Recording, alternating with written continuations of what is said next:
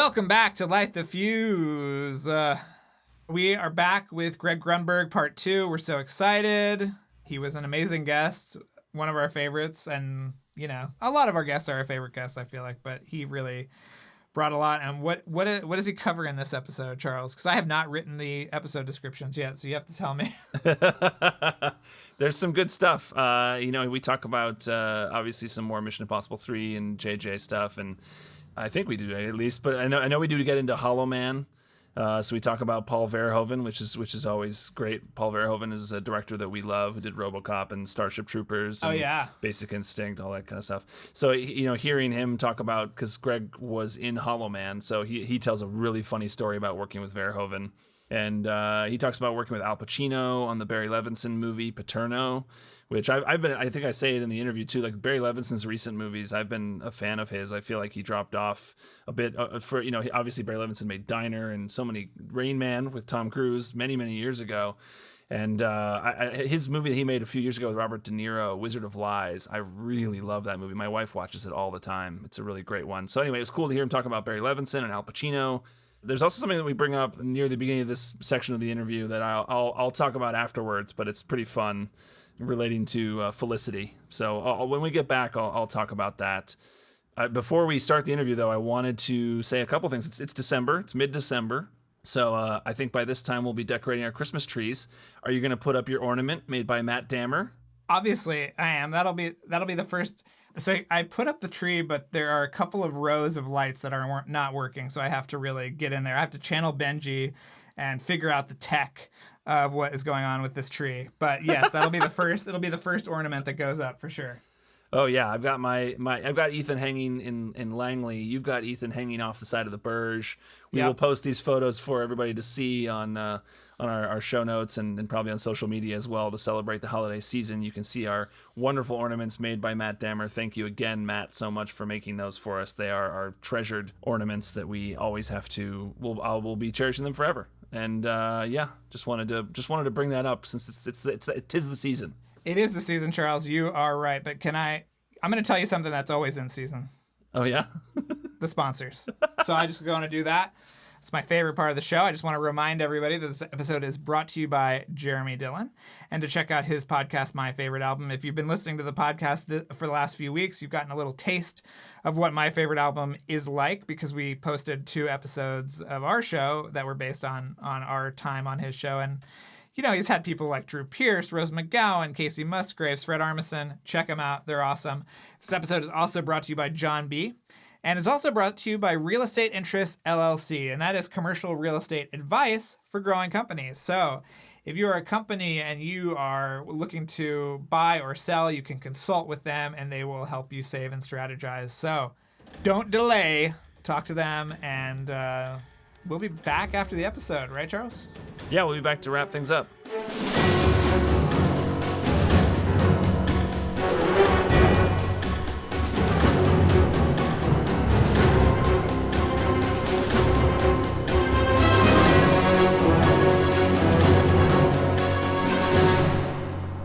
I actually visited the set of Felicity when I was 16.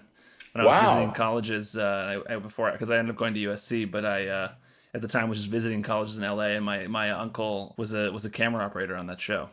So oh my God, what's your uncle's name? David Frederick.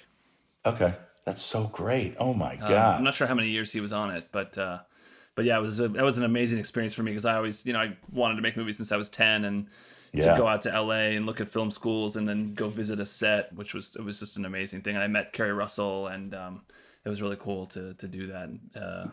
We had a great crew. I mean, that was kind of my point when I was mentioning back then. It's not like you, when you're a kid, say, okay, I'm gonna start building the crew, building the people I want to work with. I mean, we're 13, but all the people that we did these little movies with, and they've all gone on.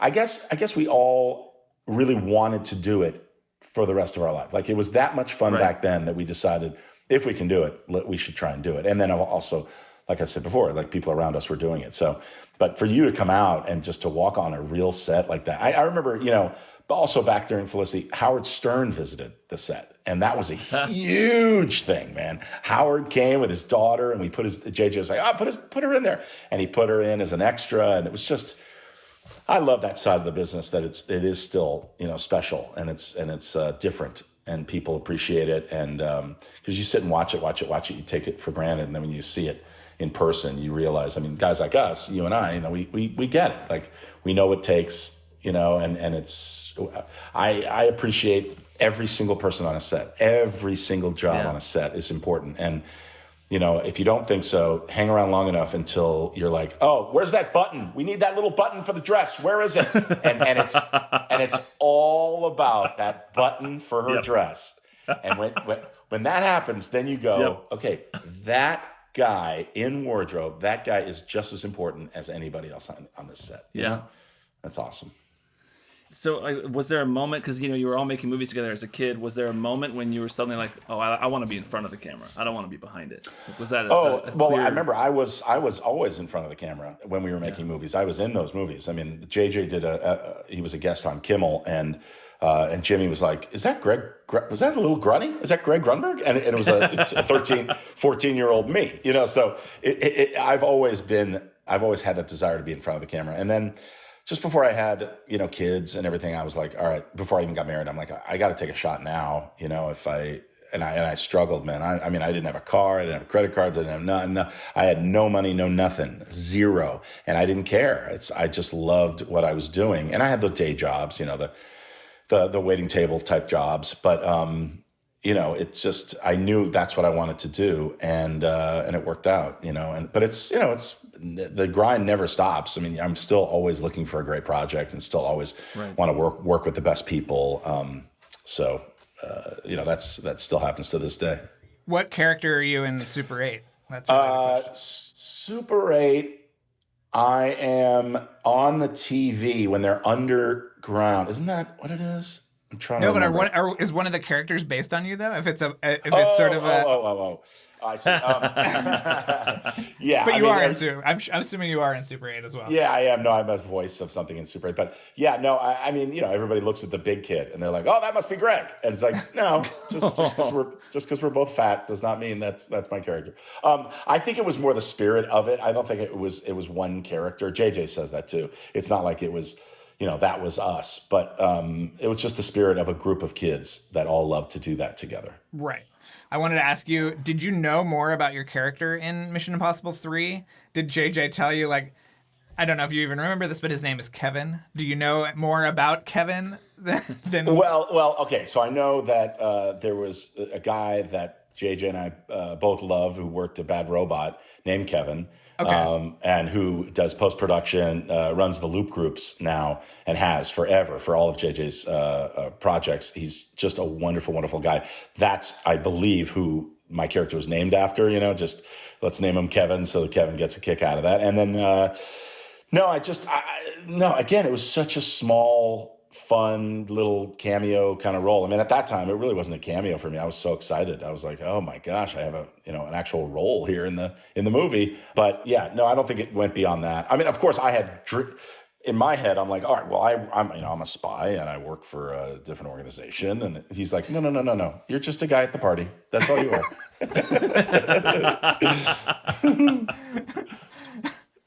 When you saw the final movie, what did you think of it?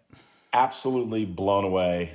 Loved the movie so much. There's a moment that I had that I just feel so fortunate that I was able to do this, which was a lot of times JJ will show me a finished movie before anybody else. And he does this with a bunch of friends. Obviously he has these great filmmaker friends. When you have a guy like Brian Burke working with you, you don't really need to reach out to too many people because Brian is just so brilliant. He's such a great filmmaker. And so it's like, all right, so, but then you're in the forest. You're too close to the trees, man. You need a perspective outside. And, it's not like I was privy to the entire thing. When JJ does a project, even Star Wars or anything top secret, he doesn't share everything with me, and he'll hardly shares anything with me. He shares his enthusiasm. I'll say, how's it going? He'll be like, oh, I think we broke a story point today. It was just great. Like, that's as detailed as it gets. He's in the thick of it, and I get it. When it gets down to it, though, he's like, can I show you something? He's like, is this working for you? Is this working? Is anything bumpy here? Show me a sequence, and it's great. I love it, love it, love it. Well, I found myself in the editing room watching Mission, and I'm sitting there and I'm watching the movie, and I've got a notepad and I'm making little notes, little things. I'm like, oh, the sound was a little weird there or whatever. And I remember like not having a lot of notes at all, like just really engrossed in the movie. Like he stopped it a couple times. He's like, nothing? You don't have any notes or anything? I'm like, no, keep going. Because you're in the movie. I mean, when there's a tone of a movie that captures you, like you don't want to be taken out. It's like you don't want to blink. You just want to stay in that moment, right? So he runs around. So as we get into the third act, the door opens to the editing room and Tom walks in. And I'm like, oh, fuck. Like, really? Like that? I've got to sit and watch this movie. I'm watching Mission Impossible, and I'm the only audience member that they care about, and it's JJ on one side and Tom on the other side. And I'm like, what's going on? I don't want this. This is crazy. But this is me, man. This is why you have a best friend. This is why you have people around you that are not going, and JJ doesn't have any yes people around him at all, but you want somebody who's going to be honest. I mean, Jesus, man, this is going out to an audience. Again, you're so close to it, you're missing little things. So anyway, I'm watching. And I'm watching this moment when Tom is getting tortured, and it looks, and you just, again, it was one of the first times, and I got to tell him what I told you. The movie ends, and I'm just really blown away. I'm being very, very honest. So I couldn't be more, I'm like, I don't need the added pressure. Normally I'd be like, hey, all right, here's the deal. I don't get this and what's going on with that or whatever. I didn't have any of that stuff. What I had was, and he's sitting right there, and I go, Tom, for the first time in a long time, I did not see Tom Cruise on the screen. And he has this look in his eyes. His eyes didn't well up or anything, but it meant so much to him. And it's the same thing when people tell me, they go, man, I'm watching you and I feel like I'm watching my best friend. I feel like I'm, the bigger stuff that I've done, it's the best compliment somebody can give you is when they just get lost in your character. And that's what happened. It's what happened. And it's the first time in a long time it had happened for me with him. And again, I'm a huge fan of Tom's. I love everything he does. But a lot of times I see Tom Cruise, I was like, Ethan Hunt is about to fucking die, man. Like, I thought he was going to die. That was incredible. And also, obviously, it has so much to do with JJ and how he shot it and how he wrote it and all of that. But man, did Tom kill it. And I was just so blown away. And you got to understand, like, put yourself in my shoes. To be able to actually say that to the star of the movie.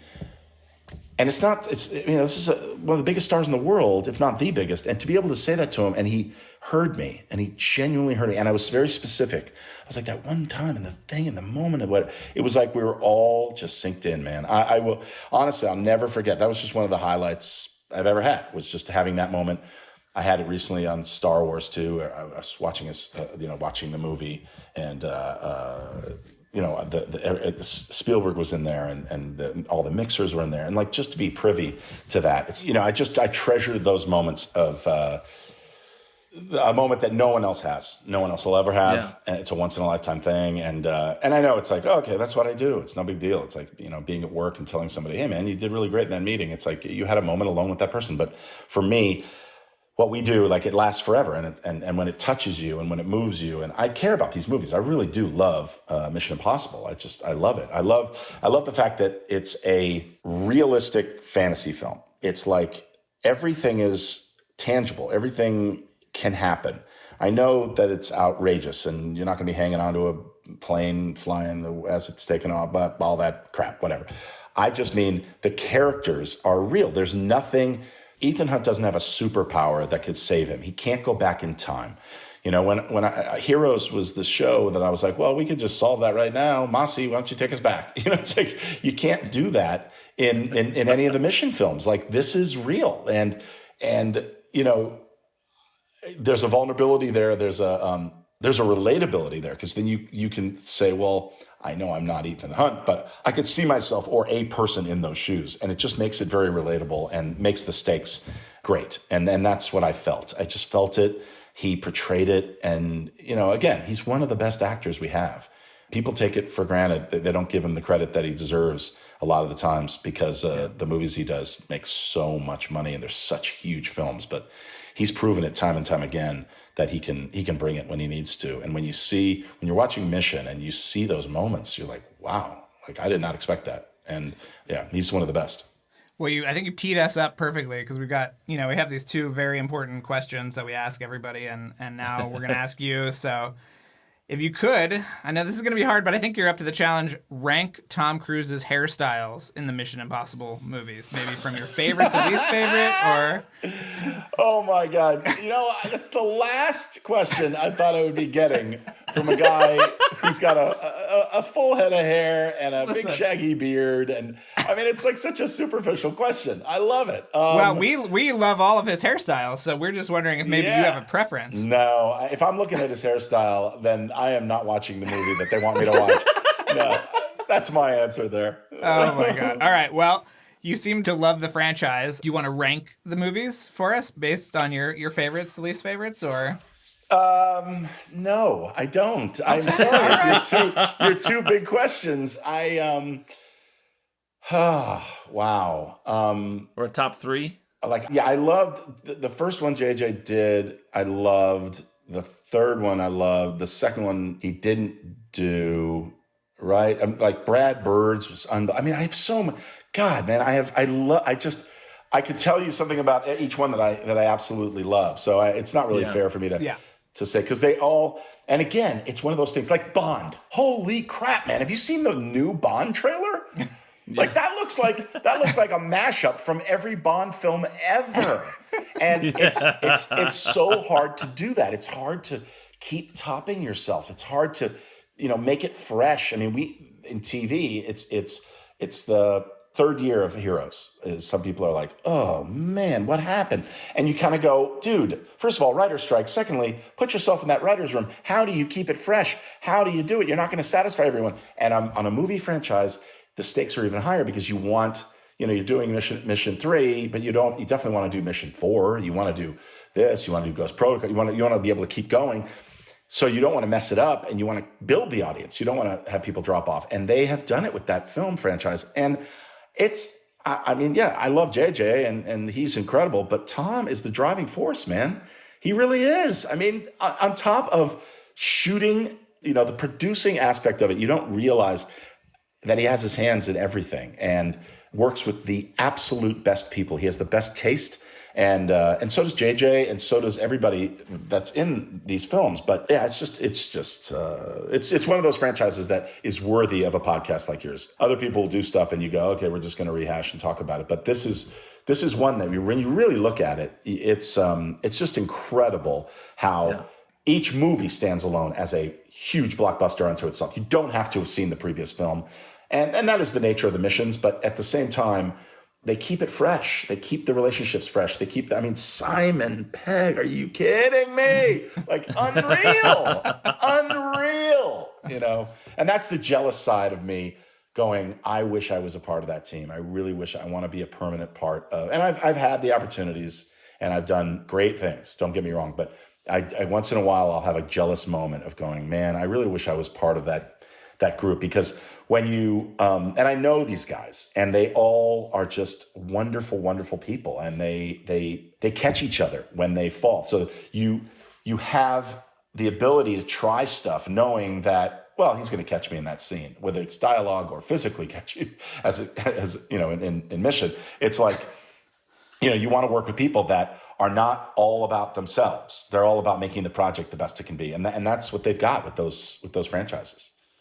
I mean, JJ has still kept producing them. Do you ever go, Kevin could still be around somewhere? You know what? I'm calling him as soon as we get off of this, for sure. I'm going to be like, hey, so I have a whole Kevin arc that I need to discuss with you. I think you should really introduce it. Yeah. We're both big Paul Verhoeven fans, so I just wanted to ask you quickly what it was like doing Hollow Man. That was wild, man. I was working on Felicity, and I got that role, and they both shot at the same time. For me, that was my biggest. I mean, that's the biggest thing I had possibly done, And Kevin Bacon and Josh Brolin and Elizabeth Shue and all these. I mean, it was just amazing. I met one of my closest friends in the world, Joey Slotnick, on that movie, and Paul and Yos Vacano, and I mean, they are old school Hollywood, man. Those guys talk about like working together over and over again. Like they have such a shorthand. My entree into the world of big budget filmmaking was this scene. If you remember The Hollow Man, there's a movie where Mary Randall's character she gets killed and she falls out of the locker, and we're all standing there and we're like, what the fuck? What are we gonna do? What are we gonna do? And then I'm like, this is finally a moment that I have, and I'm like, you know what? This is it. We're gonna take control of this. We gotta stick together. We're not gonna. I was like, wow, Carter's coming to life here, And I had this great moment. So I'm like, okay, this is it. I'm gonna get in. And Paul is like, cut, Greg, and he comes over to me, and I'm like, oh my God. The filmmaker that I love is going to give me a note. It's going to be amazing. He comes over to me. I swear, guys. He grabs my shoulders. He turns me a little bit more towards camera. And he goes, okay, let's do it again. Stay right there. And I'm like, that's your note? What the fuck? He is, dude, Paul knows to the second what he wants visually on screen, the performances he wants. And when he's getting the performance from you, he won't say anything. And it's the biggest compliment you can get was when a director is like, cut, great, okay. And you're like, wait, talk to me. There's 6 people in the scene. I need my back scratched. I need someone to pat me on the back right now. And he's just one of those guys, man, that he knows. And he's like, let's cut 5 seconds out of that shot. Let's do it again a little bit quicker. And you're like, are we shooting a commercial? And by the way, he's such a craftsman. There was so many special effects attached to that movie that every second of screen time costs so much money that he had it budgeted down. So he knew, no, it has to be a shorter shot. I don't want to do an invisible guy for that long. I want to cut to it and cut back and whatever. Yeah. So he had the storyboard of the movie in his head, so detailed. That's another guy. I would love to work with him again. Man, he's not doing enough. No. He's just not. Yeah. And he's awesome. Yeah. Wow. You got to be killed in that one too, right? Dude, I got garroted in the neck. Yeah. Yes. That was crazy. So they made the guys that amalgamated, the visual effects guys were just incredible. Alec Gillis, he did this thing where they made a full body cast of me head to toe. I mean, full of dummy of me. Like it's me. And I laid down next to it and they took a picture of me. You couldn't tell who was who. It was that accurate because if you remember, I die in the hallway and in the tunnel hallway thing. So I laid in a pool of blood for a week. So luckily they made a fake version of me because first of all, they threw it around and threw it down violently. And then also I didn't have to lay in a pool of blood for a week. They just had my dummy lay in that pool of blood. And that movie was just incredible. That was really me getting my sea legs in the business and learning what it's like to shoot a half a page a day. On wow. Independent movies and TV shows, you shoot 8 pages a day trying to shoot. And this was half a page, maybe a page, because there was so much to it. And Kevin Bacon, dude, guys. Oh, yeah. Nobody better. Love him. Yeah. The best. Well, I know we're out of time, but because Charles is going to ask some dumbass question. Go ahead, Charles. Well, you brought up Pacino before, and I wanted to ask because I love Barry Levinson's recent work. He did Wizard of Lies, which I loved, and then he did the Joe Paterno movie, and I'm a big college football fan. So you were in that. You're really great in that as one of Paterno's sons. So I wanted to. You mentioned that have you gotten close with Pacino? What was it like working with him? I mean, what was that experience? I wish I had gotten closer, but he. No, it was just when we were working together for sure. I mean, he lets you in, man. We were hanging out, and it was a dream come true. And then, again, a guy that doesn't make you feel like he's Al Pacino on the set. He's just your dad, and I had to lay into him. That was another thing. Is like he's the best actor ever. I mean, I'm sorry. I love Al Pacino more than probably anybody. And any other actor. And so to have him sitting there and he's like, come on, what are you talking about? And I've got to be, Dad, you know what? This is ridiculous. Why didn't you ask? Blah, blah, blah. And I'm like, the voice of the audience, and I'm playing a real guy. Scott Paterno and I have become close, believe it or not. Oh, really? Yeah, so Scotty and I, we text all the time. We tweet, DM, we talk. He's the best, and that was a bucket list. And again, a bucket list thing. But to be able to work with Kathy and just everybody on that movie, we were a family. We were trapped in a fake house built on a stage, and then we shot at a real house. And I, like that, when I come out of the house and I'm doing Scott's, that was a real moment, as you know, in front of the house with all the press. I watched that over and over again, and then you can watch that on YouTube and stuff, whatever, like that video is around, and you can watch it side by side, which is crazy because I got to, I did it the way Scott did it, and then Barry was like, you know what, just have a little fun with it, let's see. And Barry Levinson. I mean, come on, look who I've got to work with. It's crazy, man. Yeah, crazy, awesome. Yeah, it was just amazing. And wasn't De Palma was supposed to do that initially? Were you there, but when he was still there, or no? No. Okay. I mean, all these movies, they all, like I can't. If you look up the people that were supposed to be the stars of Hollow Man, or Robert Downey Jr. was supposed to be Josh Brolin's character in the Hollow Man, and it's amazing when you think about it and you look at some of your favorite films and you go, wait a minute, how would that movie have turned out if that person had played the role instead of this person? And right. And Brian De Palma, I probably would have, literally, I dropped a poop right there on the set. I would have. Let me tell you, there's one movie, and my kids and I have appreciated this more than The Untouchables is one of the greatest movies ever. And it's again tonally, when that movie is on, I don't care if I'm going to my dad's birthday, I'm like, I'm going to be late. Sit and watch it. I can't not watch it. It's one of those movies, man. The beginning of that movie, I'll leave you with this. This is talk about full circle. Talk about just doing what you want, breaking the mold, if you remember the opening of The Untouchables, it starts like a play.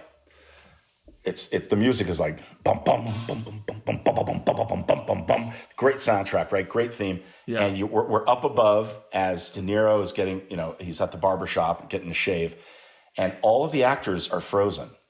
But it's not a frozen shot, man. They're all moving a little bit. And it's when Brian De Palma calls action that the curtain is pulled back and then they all move. Watch it again. It is so brilliant because you realize, they're all waiting until the credits end, and now we begin.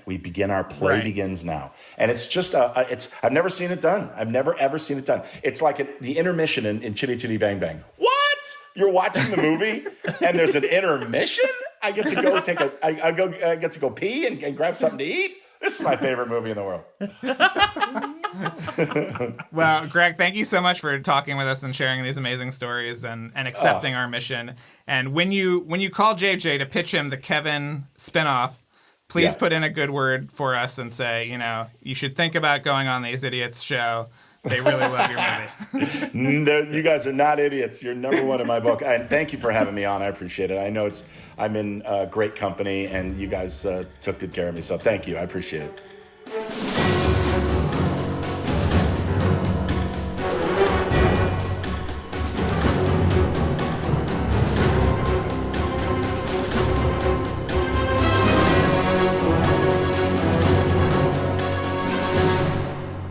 And that is it. Greg Grunberg in the book for now until he comes back for 7 and 8. I'm just saying it's possible. Yeah, let's bring Kevin back. Yeah. Party guest Kevin, our favorite character in the franchise. I mean, but Greg is so great. It was so nice. Was so generous with his time. He's worked on so many cool projects. It's amazing to hear all of his stories. And it was just really great to have him on the show. It was just an honor to talk to him. We want to remind everybody to join our Patreon if they have not yet. We've got a lot of great perks and a lot of great different levels for whatever, level you're comfortable with. Yep. Yeah, we got new episodes every week. We do a monthly chat with folks. It's a lot of fun, and it's a really great community. So if you are an IMF diehard, definitely join the ranks. You can go to TeePublic, right, for T-shirts, mugs, pins, whatever you want. What else am I forgetting, Charles? that's it. Just check out please sign up for our Patreon and check out our website, LightTheFusePodcast.com. We got the episode guide that has all of our show notes. It's a really cool thing to check out. Oh, and I did want to say, I brought this up before the interview and I wanted to bring it up now. I was going through a bunch of my old stuff in my parents' basement, and I came across I had forgotten about this completely, but speaking of my visit to the set of Felicity, I got this signed headshot from Carrie Russell.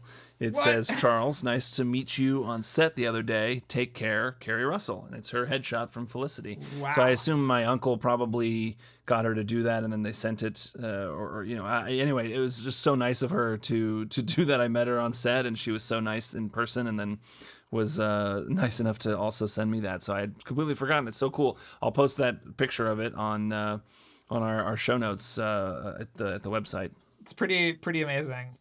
Yeah, I guess that's it for this week. I've got to give a special thank you to Jacob Ballard.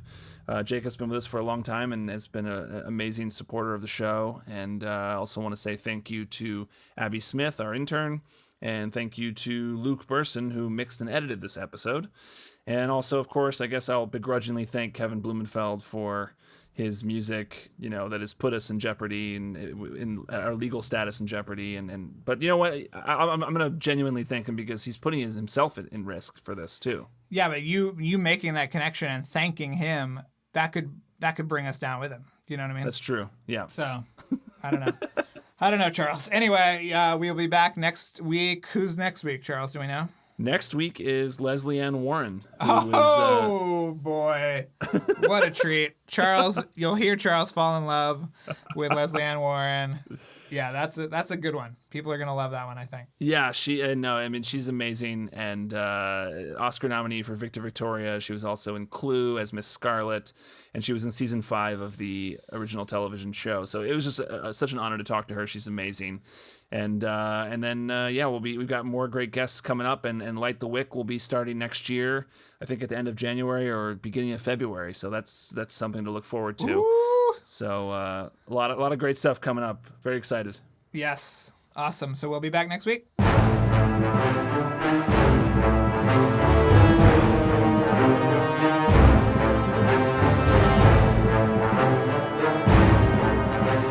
Thanks again for listening, everyone. And before we go, another mission, should you choose to accept it. Please rate, review, and subscribe to the podcast on iTunes. And remember that you can follow us on Twitter and Instagram at LightTheFusePod, and email us questions or comments at LightTheFusePodcasts@gmail.com. This message will self-destruct in 5 seconds.